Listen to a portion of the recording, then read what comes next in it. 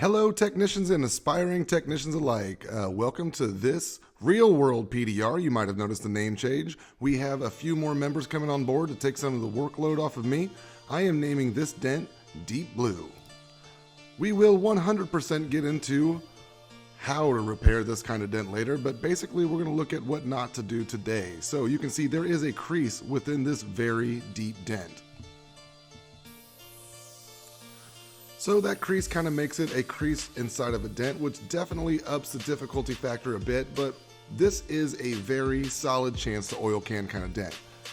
We're going to take a look here. I did animate some things for you as why there's a big misconception that people want to start everything out with soft tips. Now, with this kind of dent, that's not a great idea. It might seem counterintuitive, but let me tell you, metal does not really care what you think. We do have heat going on this dent the entire time. We do not want to crack the paint anymore. Now please take a look at the outside edges of this dent as I'm pushing on it.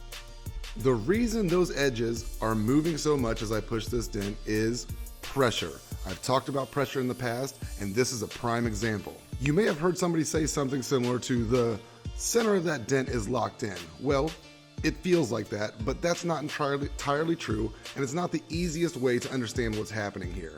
The walls are actually giving pressure to the bottom of the dent. So whenever you push that dent, you're actually pushing against the pressure. The walls going straight up and down, well, not straight up and down, but more vertical than you'd like them against the panel, and you pushing against it leaves that pressure nowhere to go but outward into the panel. So that's actually what you're looking at here. So I want you to keep in mind that I'm a dent guy, not an animator, but I tried my best. We're going to take a look at deep dents, a study of pressure. The easiest way for me to think about a deep dent like this is imagining pressure going downwards towards the center of the dent, just like this. So if you want to push this dent with soft tips, here is exactly what's going to happen. These white balls are not boobs, they are actually what I am using to demonstrate a soft tip. So as you push up with those soft tips, that pressure is reversing, going out towards the panel, and you end up with this. It's flexing outwards and it'll stick. But most of the time you end up with that pit still in the middle because that's where the pressure is locked. Now, that is the plane of the panel. We have managed to push this up and cause big crowns. Next, get so focused on pushing out the dent, a lot of times they will push through the plane of the panel, and now you end up with something like this. And there's going to be a low in the hump because that's where the pressure is. They're going to use something sharper to try to get that out, but all you have now is a smooth hump on your panel. Let's call it panel cancer. Generally what happens is they say, no problem. I'm just going to go ahead and knock down this panel cancer. That's what it's for. That's what we'll do. Well, now the pressure is reversed. You are knocking pressure back into the same panel. It's also hardened by extra metal, and it's an arch. If you paid attention in high school, you probably learned that an arch is an extremely stiff, strong geometric shape, and that's why the Romans used it for the aqueducts. Also, you might have learned that the shortest distance between 2 points is a straight line. Well, your panel was a straight line, but you've created an arch. So if the dent was 4 inches wide, the arch now could be 6 inches of metal that you have to try to squeeze into 4 inches of space. It's not going to happen. What's going to happen is you're going to end up with this. A ridiculous wavy mess. So basically the metal doesn't know where to go. It's trying its best. If you keep knocking that down, it's going to flop inward because now the pressure is coming in. That, my friends, is an oil canning dent. Try to push it again, it's going to pop out. 6 inches of metal, 4 inches of space, path of least resistance. If you're not familiar with an oil canning dent, let me tell you what it is. It's your worst nightmare. It's one that you tap it down and it sinks down back into a dent. You try to push it back up and it rockets back out till it's panel cancer again. It is a nightmare to get rid of if it's even possible. Why is that happening? Again, there's too much metal to fit in the space allotted for it. So here I am using a regular whale tail. It's the purple dent craft that I showed you in a previous video, and if you look here, I actually missed my target. I pushed outside of the dent. That, ladies and gentlemen, is dent repair. But being cognizant enough to notice that it happened and take care of it immediately, that is important. Do that too many times, you're going to cause real problems for yourself. Now there are ways to avoid that kind of thing. So here I'm knocking down, I'm softening the edges, but you need to make sure on this kind of dent to have your light set up fairly close so you can see into the middle of that deep ass dent. There was another video that I did, how to prevent oil canning, where I showed you exactly how to do that. I did that one with an Elimit dent. I'm just using my shop light here. I'm just having the light closer than I normally would to start this dent. I mentioned once before, but I'll mention it again, this dent is behind a brace, so what I'm using is an untaped, regular ass whale tail from Dentcraft. This is the purple one. I'll also use a stand liner tool later, but I'm making very, very small pushes and making sure my pushes are very close together. Now, in future videos to come, I'll tell you exactly what that's doing, why it's doing, and how to do it. But if there is one thing that I can tell you without a shadow of a doubt, if I use too soft of a tip on this dent, I would absolutely over push and end up with a mess. Working slow and cautiously with a normal whale tail, like this, you're gonna have time to see things like your waves start to show up, your crowns. Take care of those as they arise. Make sure that if it starts to look like your dent is starting to crown up, knock it down. Just like glue pulling a sharp dent, you want to soften the edges of that. You want as little pressure working against you as possible while you're pushing this dent. What that's going to do is give you the cleanest repair. If you are pushing against a ton of pressure all the time, you're going to create an excessive amount of texture. Now, I will tell you honestly, at the end of this video, some texture was created. I'm going to go ahead and show you how to use tolecut to take care of that, but you want to use tolecut as lightly as possible. I've seen techs become reliant on tolecut, wet sanding, that kind of thing, and what ends up happening is they never finish a dent, they never learn how to finish a dent. So that should be a last resort. Tolecut is only used to perfect the dent. If you have high spots, you're gonna sand through them with your tolecut. If you have really large pimples, you're gonna sand through them with your tolecut. It is not, let me repeat this one more time, it is not the answer to all repairs. Now what would I be doing if I didn't give a little shout out to my friends at Stand Liner? This is the fish hook from Stand Liner, and as you can see, it's a twisting motion. I have fallen in love with this tool. This is like a whale tail on steroids. When it's possible to push like this, you can get really accurate with that fish tail, and the texture that you create is minimal. It takes less effort. I really enjoy it. So here I'm going to, nope, faked out there. So right there, that's how I'm gonna be using this tool. Man, if you have a basic set of tools already and you're looking for a stand liner tool, I definitely recommend you get that tool. It's really amazing. Now, it's not quite as precise as a whale tail, so you're gonna see me switching back and forth between the two quite a bit.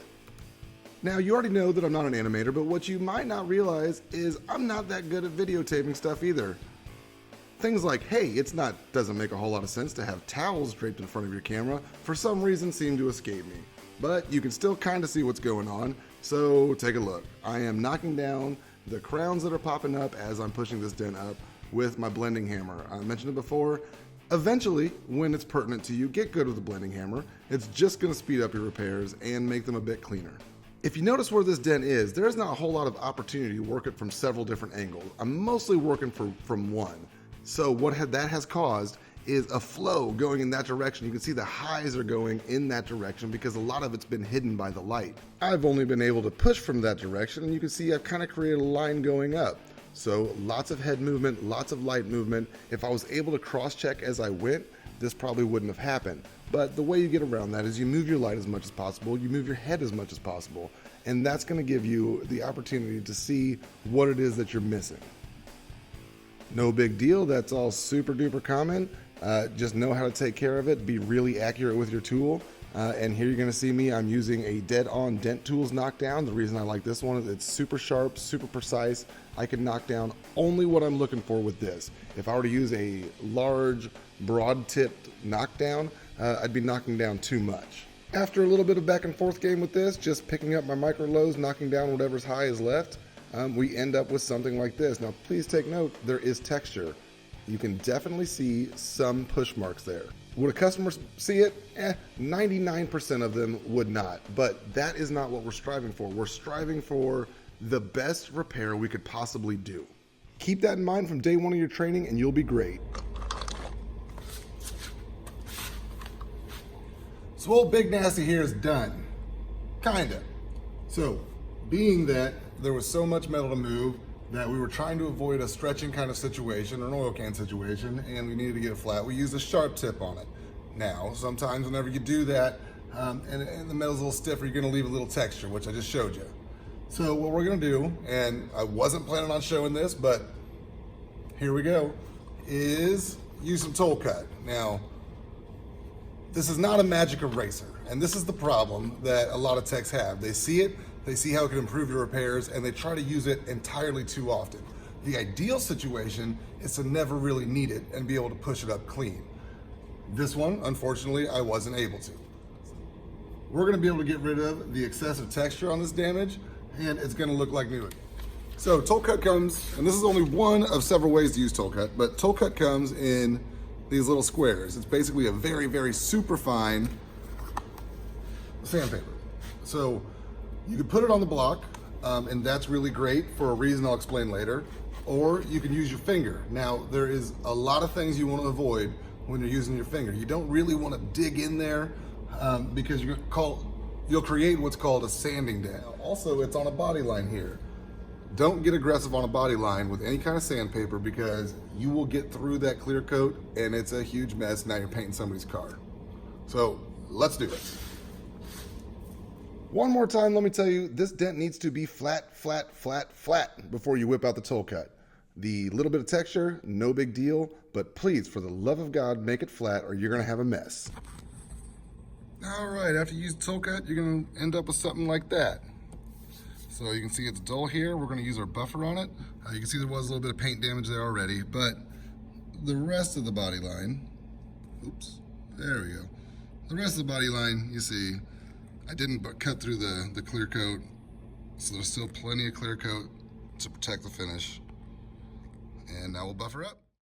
So as you saw in that previous video, there was a tiny bit of paint damage that was covered by transfer. So as soon as I recognized it, as soon as I saw it, the one thing that you're gonna make sure to do is keep the hell off of it with your tolecut. You're just gonna make it worse. At this point, it still has color. It looked white because there was some clear coat dust shoved into that. But as you're gonna see in this video coming up, no big deal. We actually, before we deliver this to customer, just brushed a little bit of clear coat on, good to go. If you sand it, you're gonna cause another big mess. And there you go. Now you see the texture's all gone out of that repair. Right in there. Little slow pan video action. You're gonna see this dent is finished up. We took care of it. The customer had been turned down by another dent company, said that it could not be repaired. Well, guess I showed you, huh? Hey, make sure you like and subscribe. We just shot PDR 101 today. I did it my way. You're gonna love it. It's jam-packed with information that's gonna get you started on your way to becoming a PDR professional.